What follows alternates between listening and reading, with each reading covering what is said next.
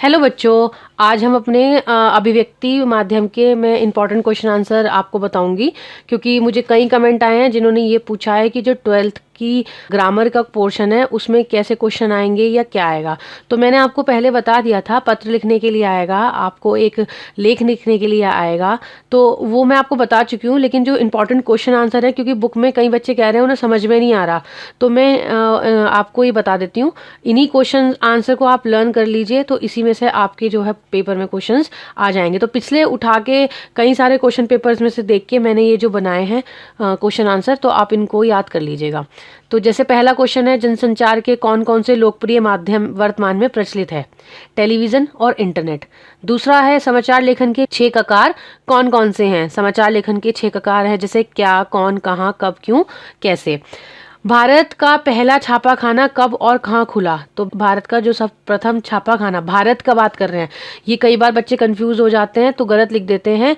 आपसे भारत का पूछा उन्होंने, तो कहाँ हुआ था? गोवा में हुआ था 1556 में। तो पहले जो है इसका प्रयोग किया जाता था मिशनरियों के धर्म प्रचार की पुस्तकें छापने के लिए, लेकिन बाद में ये मुद्रण कंप्यूटर की सहायता से होता था। तो बच्चों, ये क्वेश्चन ना आपके 1 नंबर के भी आ सकते हैं, बहुविकल्पी में भी आ सकते हैं, 2 नंबर के भी आ सकते हैं, या 3 नंबर का भी आ सकता है। तो आप उसी के अनुसार अपना उत्तर लिखेंगे। अगला देखिए, छापे खाने का आविष्कार किसने किया? किसने किया था? जर्मनी के गुटेनबर्ग ने। हिंदी में प्रकाशित होने वाले मुख्य समाचार पत्रों के नाम। तो ये आप कोई भी लिख सकते हैं। 2 नाम पूछे जाएंगे तो 2 लिख दीजिएगा, ज़्यादा पूछे जाएंगे तो आप ज़्यादा लिख सकते हैं। तो फिलहाल मैंने आपको 3-4 यहाँ पे लिखे हैं, जैसे नवभारत टाइम्स है, हिंदुस्तान, दैनिक जागरण, अमर उजाला, दैनिक भास्कर आदि।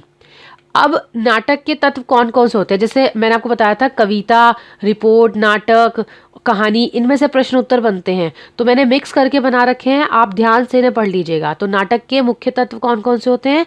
जैसे समय का बंधन, शब्द, नाटकीयता, संवाद, द्वंद्व, चरित्र योजना, भाषा शिल्प, ध्वनि योजना, प्रकाश योजना, वेशभूषा और रंगमंचीयता आदि। अगला आपका प्रश्न है, जनसंचार का माध्यम कौन कौन से हैं? तो जनसंचार के माध्यम है हमारे मुद्रित, प्रिंट, टेलीविजन, रेडियो और इंटरनेट। अगला है आपका, जनसंचार का सबसे प्राचीन माध्यम कौन सा है? जनसंचार का सबसे प्राचीन माध्यम है प्रिंट, अर्थात मुद्रित, यानी जो छपाई होता था। जैसे पहले तो समाचार पत्र ही चलते थे ना, पत्रिकाएं, समाचार पत्र, जो हमारी किताबें होती हैं, ये बाद में जाके ये जो है हमें टेलीविज़न पे आने लगा, रेडियो सुनने लग गए। तो ये जो उनके माध्यम है। फिर है, अब रेडियो जनसंचार कैसा माध्यम है? तो रेडियो जनसंचार हमारा श्रव्य माध्यम है, यानी हम सुन सकते हैं, जिसमें शब्द, ध्वनि, स्वर आदि प्रमुख होते हैं। इसमें ध्वनि के माध्यम से ही समाचार, कहानी अथवा संपूर्ण वार्तालाप होती है। ये तरंग के माध्यम से कार्य करता है। अब देखिए, मैंने ये जो उल्टा पिरामिड शैली से आप क्या समझते हैं, ये मोस्ट इंपॉर्टेंट आपका क्वेश्चन है। ये मैंने लॉन्ग में ही बना दिया। अगर आपको शॉर्ट में पूछा जाता है तो उसका उत्तर आप शॉर्ट में लिख लेना, लॉन्ग में पूछा जाता है तो मैंने लिख दिया, ताकि आप लोगों को ये क्वेश्चन तैयार रहे। उल्टा पिरामिड शैली बहुत पूछा जाता है एग्जाम में ना। उल्टा पिरामिड शैली क्या होती है? ये समाचार पत्र की एक प्रमुख शैली है। इस शैली में समाचार लिखे जाते हैं। उल्टा पिरामिड से स्पष्ट होता है कि इसमें घटते हुए क्रम में तथ्यों अथवा सूचनाओं को दिया अथवा बताया जाता है। जैसे क्या होता है, अगर मान लो हम कोई पिक्चर या कहानी देखते हैं तो उसमें क्या होता है, लास्ट में पता चलता है। लेकिन जब हम कोई समाचार देते हैं तो उसमें हम पहले बताएंगे कि ये घटना हुई, उसके बाद उसको मतलब एंड पहले बताएंगे, बाद में हम उल्टे क्रम में लिखते चले जाएंगे। तो इसको उल्टा पिरामिड शैली कहा जाता है। इसके 3 भाग होते हैं, इंट्रो, बॉडी और समापन। तो इंट्रो क्या होता है, ये अलग से भी पूछा जा सकता है कि इंट्रो से आप क्या समझते हैं, या बॉडी क्या होती है, समापन को स्पष्ट कीजिए। तो इसको लॉन्ग में भी पूछा जा सकता है। तो इंट्रो क्या होता है, ये समाचार का मुख्य भाग होता है जिसमें संपूर्ण जानकारी निहित होती है। फिर बॉडी क्या होती है, घटते क्रम में सभी खबर के तथ्य मौजूद होते हैं, अर्थात इसमें इंट्रो में दिए गए संपूर्ण जानकारी से कम जानकारी होती है। फिर अंत में तीसरा भाग है, इसका मुख्य बिंदु है जो समापन। तो इस बिंदु में संपूर्ण जानकारी नहीं होती, परंतु ऊपर दिए गए दोनों बिंदुओं में समाचार के सभी तथ्य मौजूद होते हैं, इसलिए इस बिंदु में सूचना को छोटा अथवा कम किया जाता है। अगला प्रश्न है आपका, टेलीविजन जनसंचार का कैसा माध्यम है? तो टेलीविजन कैसा है? दृश्य और श्रव्य, क्योंकि हम देख भी सकते हैं और सुन भी सकते हैं। उसके बाद अगला, इंटरनेट पत्रकारिता क्या है? समाचार पत्रों का इंटरनेट पर प्रकाशन अथवा खबरों का आदान प्रदान ही इंटरनेट पत्रकारिता है। आपने देखा होगा आजकल के जो व्यस्त समय में लोगों के पास इतना वक्त नहीं होता कि बैठ के अखबार पढ़े, तो वो इंटरनेट यानी जो हमारी खबरें हैं, वेब पोर्टल जो बनते हैं, उसी के माध्यम से जानकारी प्राप्त करते हैं। इंटरनेट पत्रकारिता का आरंभ कब हुआ? तो इंटरनेट पत्रकारिता का आरंभ 1993 से माना जाता है और ये ही प्रथम युग माना जाता है। उसके बाद 2003 से दूसरा युग माना जाता है और जो अब ये चल रहा है वर्तमान में, ये इंटरनेट पत्रकारिता का तीसरा युग माना जाता है।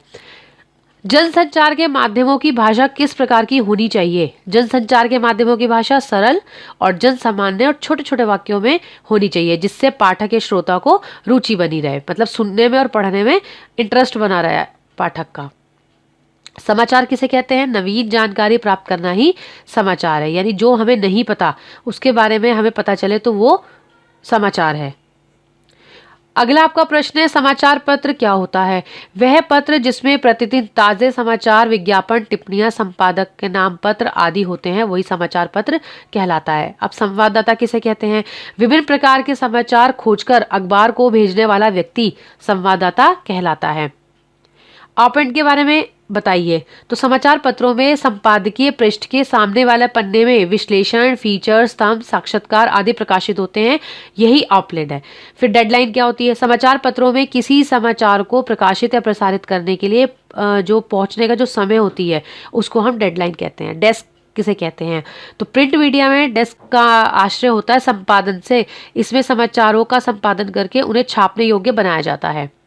अगला प्रश्न है आपका, न्यूज़ पेज का क्या अर्थ है? न्यूज़ पेज वह होता है जिसमें किसी मुद्दे पर लिखे जा रहे लेख या फीचर में उसी मुद्दे पर आधारित घटना का उल्लेख किया जाता है। पीत पत्रकारिता के बारे में बताइए। ये पीत पत्रकारिता वाला क्वेश्चन भी बहुत इंपॉर्टेंट है, कई बार मैंने देखा है, पिछले प्रश्न पत्रों में पूछा गया है। तो पीत पत्रकारिता में सनसनी फैलाने के लिए अफवाहों, व्यक्तिगत आरोप प्रत्यारोपों, भांडाफोड़ आदि को प्रकाशित किया जाता है। पेज 3 पत्रकारिता का क्या तात्पर्य है? ये पेज 3 लगभग सभी बच्चों को पता होता है, फिर भी मैं आपको बता देती हूँ। पेज 3 पत्रकारिता का तात्पर्य ऐसी पत्रकारिता से है जिसमें फैशन, अमीरों की पार्टियां, महफिल व प्रसिद्ध लोगों के निजी जीवन के बारे में बताया जाता है। आमतौर पर ये समाचार के पृष्ठ 3 पर प्रकाशित होता है। अब है बीट क्या होती है? तो समाचार पत्र द्वारा अपने संवाददाताओं के बीच काम का विभाजन, उनकी दिलचस्पी और ज्ञान को ध्यान में रखकर करना को हम बीट कहते हैं। बीट मतलब जैसे जो भी संवाददाता को पसंद है उसके अनुसार उसको कार्यक्षेत्र दिया जाए।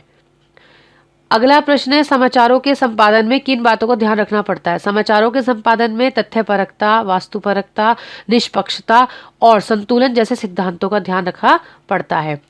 पत्रकारिता का मूल तत्व क्या है? लोगों की जिज्ञासा की भावना ही पत्रकारिता का मूल तत्व है।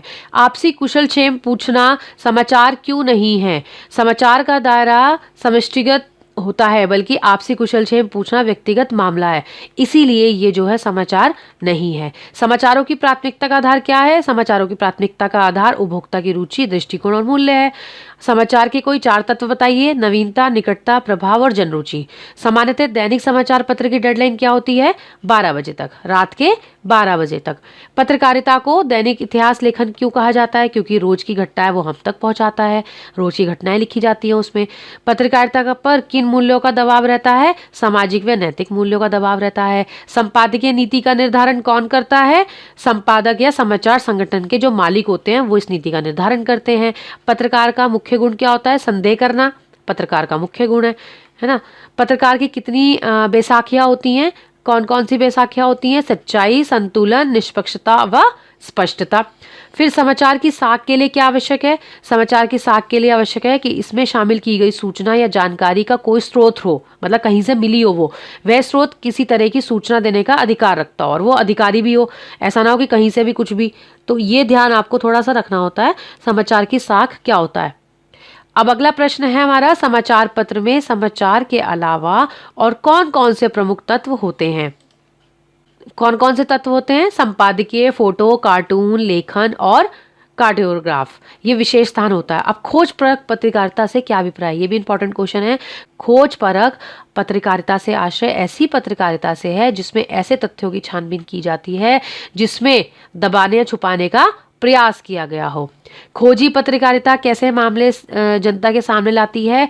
खोजी पत्रकारिता सार्वजनिक महत्व के मामले में भ्रष्टाचार, अनियमितताओं और गड़बड़ी को सामने लाने की कोशिश करती है। खोजी पत्रकारिता का नायाब उदाहरण दीजिए, अमेरिका का वाटरगेट कांड। इसमें राष्ट्रपति निक्सन को इस्तीफा ही देना पड़ा था। ये कांड है, आप चाहे इसकी डिटेल जो है इंटरनेट से पढ़ सकते हैं। मैं डिटेल नहीं बताऊंगी क्योंकि पूछा भी नहीं जाएगा, बट ये एग्जाम्पल के तौर पर आपको आ सकता है क्वेश्चन। अब वॉचडॉग पत्रकारिता किसे कहते हैं? तो वॉचडॉग जो सरकार के कामकाज पर निगाह रखती है, सरकारी गड़बड़ी पर्दाफाश करती है, उसे वॉचडॉग पत्रकारिता कहते हैं। एडवोकेसी पत्रकारिता क्या होती है? एडवोकेसी पत्रकारिता होती है जो किसी प्रकार की विचारधारा या किसी खास उद्देश्य को उठाकर जनमत बनाने का प्रयास करती है। मुख्य धारा का मीडिया किसे कहते हैं? मुख्य धारा का मीडिया वह है जो व्यवस्था के साथ तालमेल बनाकर चलता है, वह व्यवस्था की ही आलोचना या निश्चित दायरे में करता है, मतलब जो हमारी सरकारी व्यवस्था चल रही है। वैकल्पिक पत्रकारिता क्या होती है? इस तरह की पत्रकारिता में मीडिया स्थापित व्यवस्था के विकल्प को सामने लाने और उसके अनुकूल सोच को अभिव्यक्त किया जाता है। हिंदी में नेट पत्रकारिता की शुरुआत किस पत्र से हुई? ये इंपॉर्टेंट क्वेश्चन है। तो वेब दुनिया से हुई थी। इंदौर की नई दुनिया समूह से शुरू हुआ और यह पोर्टल हिंदी का संपूर्ण पोर्टल था। अब हिंदी की वेब पत्रकारिता की सबसे बड़ी समस्या क्या थी? कि हिंदी की वेब पत्रकारिता की सबसे बड़ी समस्या थी हिंदी के फॉन्ट। अभी भी हमारे पास कोई ऐसी कीबोर्ड नहीं है या माइक्रोसॉफ्ट या वेब दुनिया के यूनिकोड फॉन्ट बनाए गए हैं, पर ये खास लोकप्रिय नहीं हो पाए हैं। अब पत्रकारिता और साहित्य में क्या अंतर होता है? पत्रकारिता जल्दी में लिखा गया साहित्य है, परंतु इसका रिश्ता तथ्यों से ना होकर कल्पना से है। फीचर क्या होता है? फीचर आमतौर पर तथ्य, सूचनाओं और विचारों पर आधारित कथात्मक विवरण और विश्लेषण होता है। इसका आरंभ आकर्षक, उत्सुकता पैदा करने वाला होना चाहिए। विशेष रिपोर्ट के 2 प्रकार बताइए। तो इन्वेस्टिगेटिंग रिपोर्ट, मैंने खोजी रिपोर्ट के बारे में बताया, या इन डेप्थ रिपोर्ट, है ना। ये होती है हमारी 2 रिपोर्ट होती हैं। कविता की उत्पत्ति के मूल में क्या है? संवेदना और राग तत्व। अगला प्रश्न है, कविता लेखन के संबंध में कौन कौन से 2 भेद प्रश्न लेते हैं? कौन से है? पहला है कि कविता लेखन की कोई प्रणाली सिखाई या बताई नहीं जा सकती। दूसरा, प्रशिक्षण के द्वारा कविता लिखना सिखाया जाता है। कविता का सबसे पहले उपकरण क्या है? शब्द है। बिंब और छंद हमारी क्या सहायता करते हैं? हमारी जो कविता की आंतरिक लय को इंद्रियों द्वारा पकड़ने में हमारी सहायता करते हैं। कविता का अनिवार्य तत्व कौन सा है? छंद। कविता के घटक कौन कौन से हैं? भाषा, संरचना, बिंब, छंद और संकेत। कविता किससे बनती है? कविता शब्दों के मेल परिवेश के अनुसार शब्द चयन, लय, तुक, वाक्य रचना, यतिगति, बिंब, संक्षिप्तता के साथ साथ विभिन्न अर्थों के स्तर पर बनती है। नाटक को किस प्रकार की काव्य की संज्ञा दी गई है? दृश्य काव्य की। नाटककार को नाटक लिखते समय किन किन बातों को ध्यान रखना चाहिए? समय की बद्धता को नाटककार को हमेशा ध्यान रखना चाहिए। मतलब ये नहीं कि एक बहुत बड़ा आप लिखते ही चले जा रहे हैं।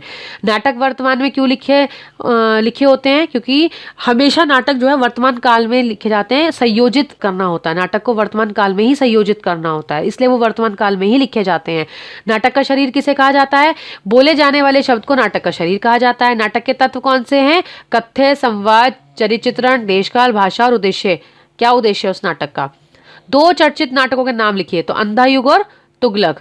आप और भी कोई लिख सकते हैं जो आपको याद करने में आसानी हो। मैंने ये 2 लिख के दिए ताकि आपको ये आसानी रहे याद करने में। आधुनिक युग के 2 नाटककारों के नाम, मोहन राकेश, धर्मवीर भारती, जयशंकर प्रसाद जी ने भी नाटक लिखे हैं, तो आप कोई भी याद कर सकते हैं।